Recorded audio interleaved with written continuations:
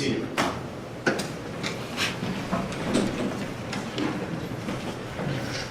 All right, let's go on the record. We are here in open court. It's the court's criminal docket, case 618342, entitled State of Ohio versus George C. Brinkman.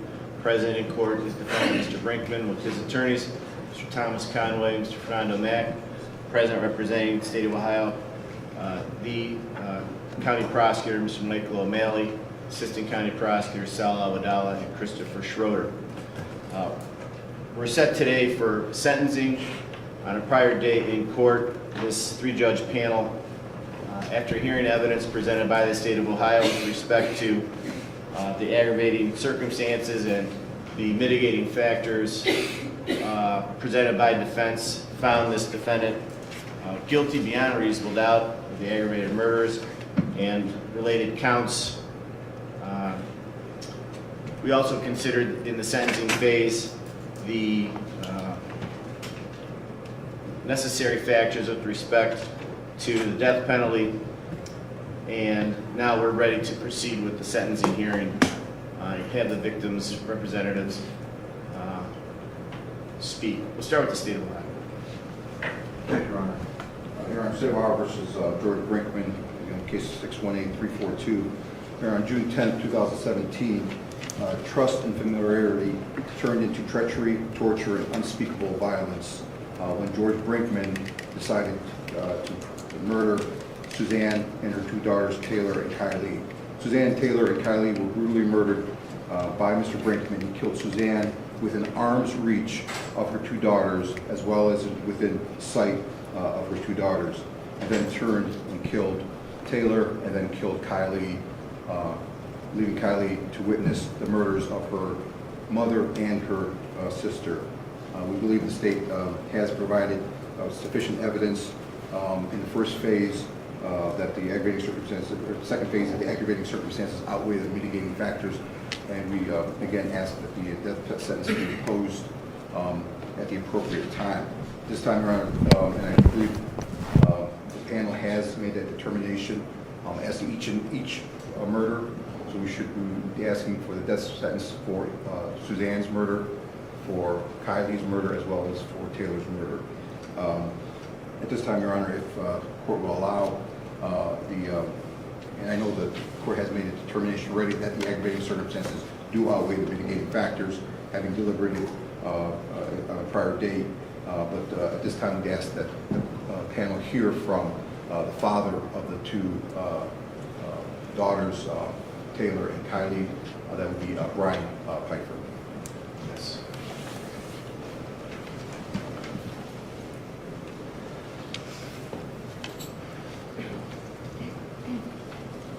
Morning, sir. Please state your name for the record. Brian Pfeiffer, P-I-F-E-R.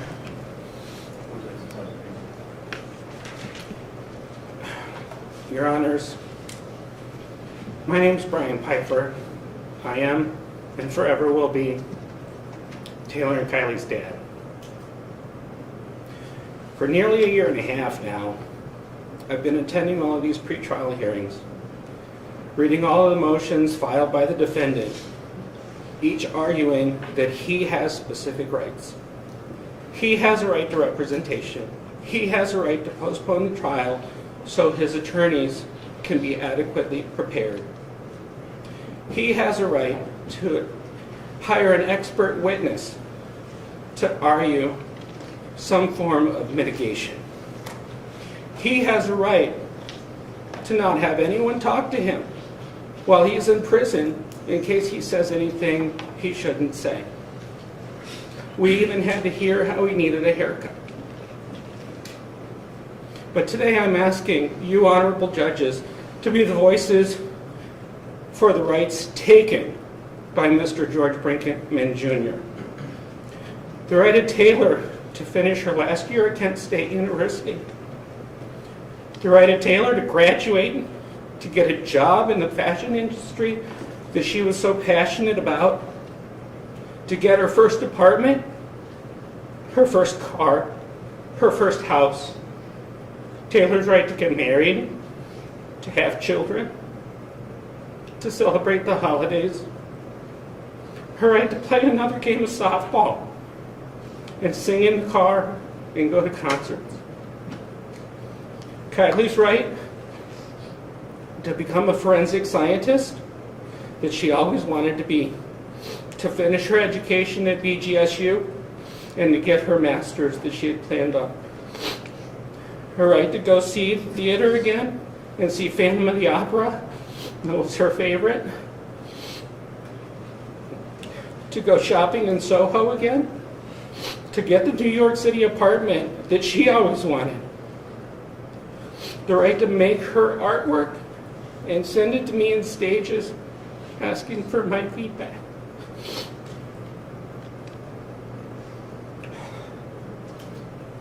The right to sing with her sister in the car and correct her on the lyrics to the songs. Her right to get married and to have children. And all of our rights to be a part of those things.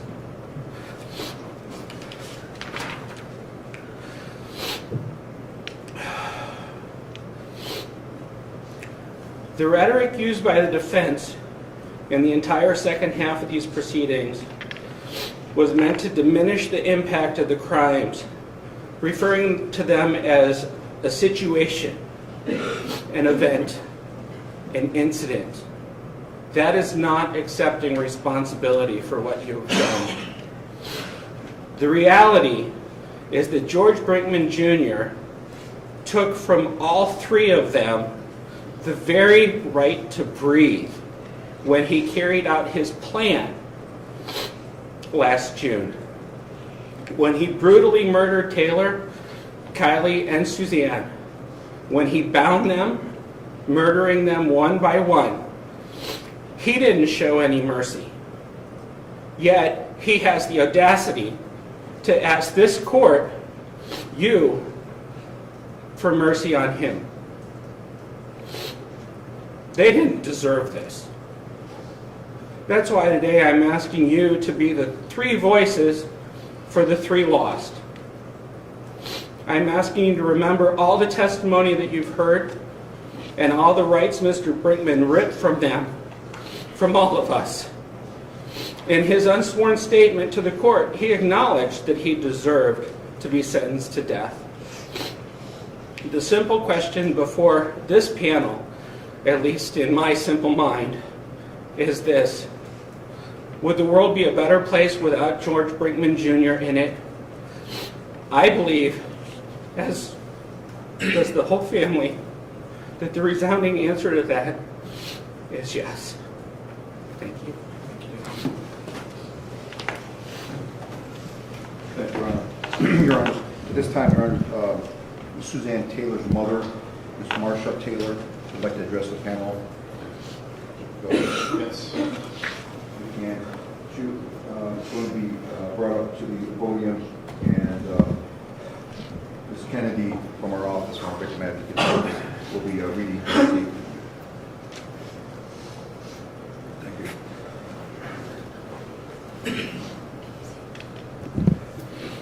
Ms. Kennedy, can you state your name for the record, please? Yes. I'm reading the victim impact statement of Marsha Taylor, spelled M-A-R-C-I-A.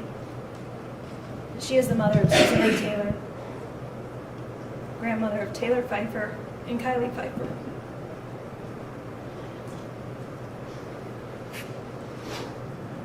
Suzanne was a 45-year-old hardworking single mother.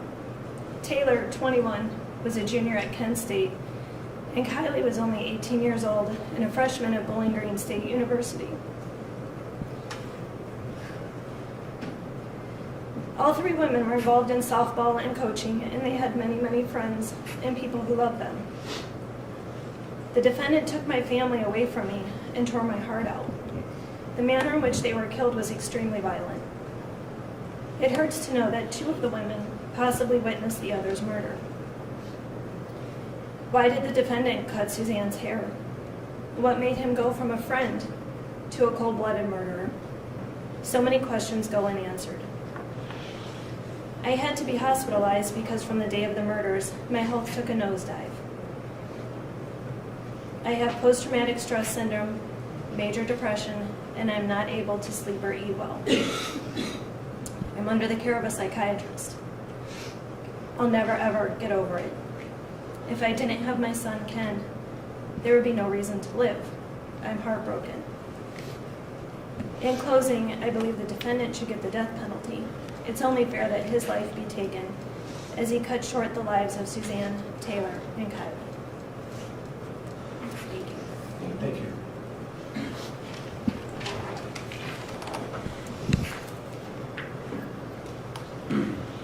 Thank you, Your Honor. At this point, the state would just like to highlight and that the events of June 10th, 11th, going to the 12th would have been much worse had it not been for the actions and the involvement of, and the reason we're here today with this result, I believe, is the result of the hard work of the North Royalton Police Department, specifically Detective Skozin and Sergeant Rubicki, as well as the assistance and really an interagency cooperation here, the assistance of the FBI, Special Agents Andy Earl and Kerry McCaffrey really dug in that first 24, 48 hours to get us to where we're at here.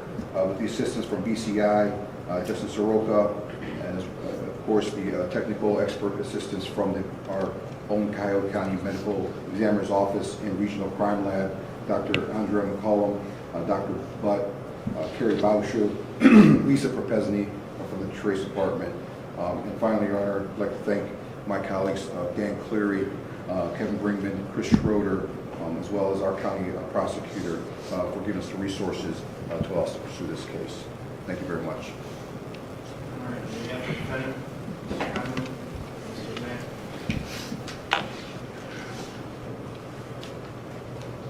Please support. Mr. Brinkman is not going to speak this morning. And with all due respect, we're asking the court to reconsider your sentence and impose a sentence of life without the possibility of parole. For all the reasons previously stated during our closing arguments and mitigation phase, we still believe that the aggravating circumstances do not outweigh the mitigating factors presented to this court. We just wanted to highlight, we ask that you consider his acceptance of responsibility early on in this case. And throughout all stages of the case, he always demonstrated willingness to enter a plea of guilty without the possibility of parole. And the fact that he did enter a plea of guilty and did not drag the family through a trial should weigh heavily before this court. His genuine remorse articulated through the interviews, letters, and his unsworn statement. We ask the court to consider his lack of violent history, his limited criminal history. We also ask you to consider the abusive relationship at the hands of his father that was testified by our witnesses. And we ask the court to consider the severe depression stemming from the loss of his mother and his brother. And I went through the state's sentencing memorandum. I know that it was argued that that's a weak factor, but we beg to differ. It's a factor that should be weighed heavily. People take their own lives every day in this country based on severe depression, and it can influence behavior. But again, there's no excuse for Mr. Brinkman's behavior, and it's not to be looked upon as an excuse. We also ask the court to consider what he was going through physically, the appearance that was conveyed by witnesses of his lost weight, his diabetes, and how when he didn't take his medication that can impact his state of mind and his behavior. And based on his history and his characteristics, we know that his behavior demonstrated, as long as it was on this day, was aberrant based on his history and his characteristics. And we are respectfully asking the court to consider what Mr. Aiken had to say in terms of whether or not he poses a risk a future risk to inmates and staff where he knows he's going to have to be for a long time. We are respectfully asking the court to impose a sentence of life without the possibility of parole. We also ask the court to, on the underlying offenses, to run those offenses concurrent with one another based on the purposes and principles of sentencing. Consecutive sentences are unwarranted and unreasonable under these circumstances, especially if the court still chooses to impose a sentence of death, 3 separate death verdicts. And that's respectfully our request. Thank you. Mr. Brinkman, is there anything you'd like to tell the court? No, sir. Anything further from the state? No, Your Honor, thank you very much. There is an agreement between the parties with respect to allied offenses, is that correct? There is, Your Honor. We agree with what's articulated in Susan Taylor. So count 1, aggravated murder, the victim being Suzanne Taylor, and count 2, aggravated murder, our allied emerge, is that correct, Mr. Schroeder? Yes, Your Honor. The state elects We will have to proceed to sentencing on count 1. and with respect to count 3 and count 4, aggravated murder, with respect to the victim Taylor Lynn Pfeiffer, Those will both merge as well, Your Honor, and we will like to proceed on count 3. and counts 5 and 6, aggravated murder, with respect to the victim Kylie Elizabeth Pfeiffer. Those 2 counts will merge as well, Your Honors, and we will like to proceed on count 5. Any other issues of allied offenses? No, Your Honor. Is there any objection to that from the defense? No, Your Honor. First of all, on behalf of this panel, we'd like to extend our sincere condolences to the family members who are here, who have been present and active throughout this entire very long, and as I heard, often frustrating process. Our laws are made to protect the rights of those accused, and we have sworn an oath, everyone, the attorneys, the judges, to protect those rights. And that's often cold comfort to the victims' family members who have lost a member of their family forever. And all those efforts defense makes protecting the rights of the defendant just fall on deaf ears and are often upsetting to the family members. We understand that. We appreciate how you've acted throughout these proceedings, and we understand your feelings. And it's every case in which an innocent person loses their life is always senseless. There's never any sense to it. And there will never be any sense found in it or any good reason for it. And all the law can do is what the legislature has allowed us to do. And we have considered all these factors. We have made specific findings beyond a reasonable doubt that this defendant is the principal offender in the aggravated murder, that the aggravated circumstances outweigh the mitigating factors. And pursuant to the revised code section 2929.03, we do hereby impose the death penalty in count 1, count 3, and count 5 for those aggravated murders. No sentence will be imposed in count 2, 4, or 6 pursuant to the allied offenses agreed to by the parties. The remaining underlying allegations, the court has considered all the principles and purposes of felony sentencing, all the appropriate recidivism and sentencing standards as required by our sentencing statutes. Also, I have considered specifically whether or not consecutive prison sentences are appropriate. Hereby, I do find that the facts and circumstances surrounding these brutal murders carried out with pre-calculation and design, and the underlying offenses that are part and parcel of this plan require consecutive sentences. It is necessary to protect our community and to punish this defendant. Consecutive sentences are not disproportionate. to the harm that was caused in this matter. That the harm is so great or unusual, a single term does not adequately reflect the seriousness of this defendant's conduct. So the court's going to impose the following sentences. In count 7, aggravated burglary, it's a felony of the first degree, 11 years in a correctional institution. In count 8, it's kidnapping. With respect to victim Suzanne Taylor, it's a felony of the first degree, 11 years in a correctional institution. In count 11, which is gross abuse of a corpse, with respect to victim Suzanne Taylor, 12 months in a correctional institution, that's a felony in the fifth degree. In count 9, kidnapping. With respect to victim Taylor Lynn Pfeiffer, 11 years in a correctional institution for that felony in the first degree. In count 12, gross abuse of a corpse. With respect to victim Taylor Lynn Pfeiffer, 12 months in a correctional institution. In count 10, kidnapping. With respect to victim Kylie Elizabeth Pfeiffer, felony in the first degree, 11 years in a correctional institution. In count 13, gross abuse of a corpse. With respect to victim Kylie Elizabeth Pfeiffer, 12 months in a correctional institution. Sentence will run consecutive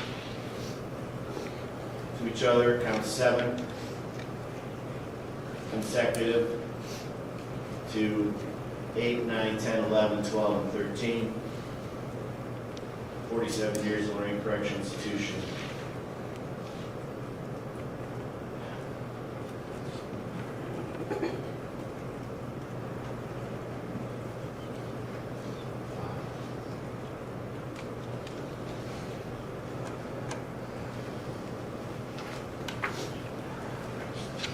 Pursuant to our statutory duties as well, with respect to this death sentence imposed, these underlying sentences are consecutive as well. Post-release control also must be addressed on the underlying counts. Post-release control is a mandatory period of 5 years for the felonies in the first degree. If you are ever released, you will be supervised for 5 years. It's mandatory. On post-release control, you must follow the rules of the parole authority. You are ever supervised on post-release control.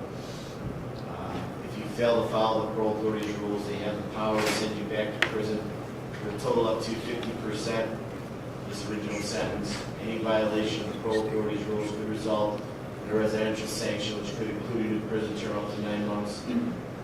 Those rules on post-release control will require you to report to a parole officer. If you ever fail to report, the parole authority may punish you by sending you back to prison. You also could be indicted on a separate felony called escape, which means that judge assigned to that new indictment can also punish you time in prison, even if the parole authority also punishes you with a prison term. That's also true of any felony you might commit on post-release control.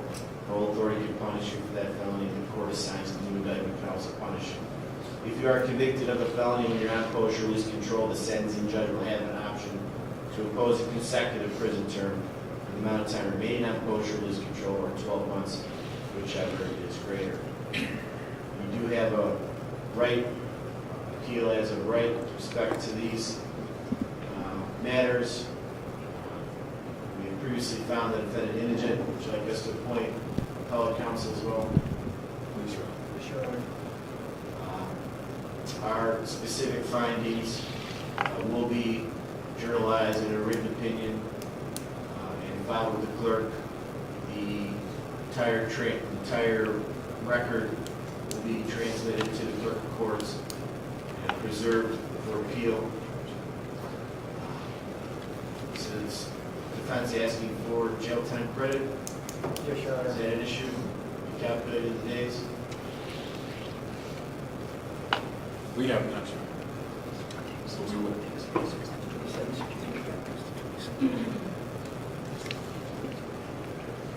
Could I have one moment, Your Honor? I'll do that now. We're also imposing court costs, responsible for court costs. This matter, you need your authority to do community work service therefore as well. Court will assign an attorney to provide a transcript at the state's expense for the appeal.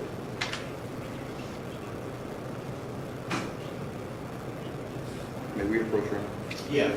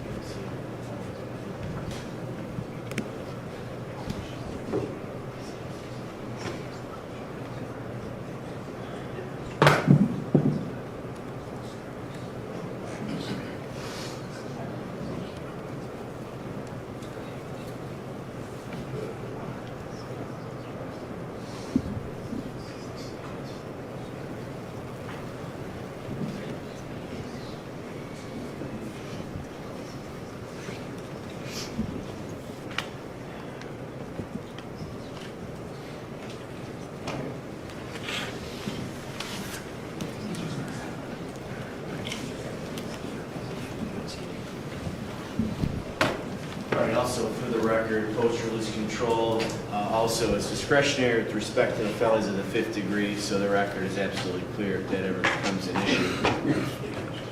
3 years discretionary post-release control on the F5s, mandatory 5 years post-release control on the F1s. State of Ohio also has final request. Your Honor, would request since Mr. Brinkman has been sentenced to death, and upon the filing of the opinion, that an execution date be set by the court within the year.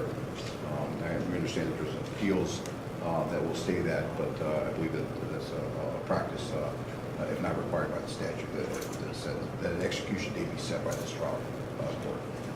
Thank you. All right. Anything from the defense? Your Honor, may we take a moment, please?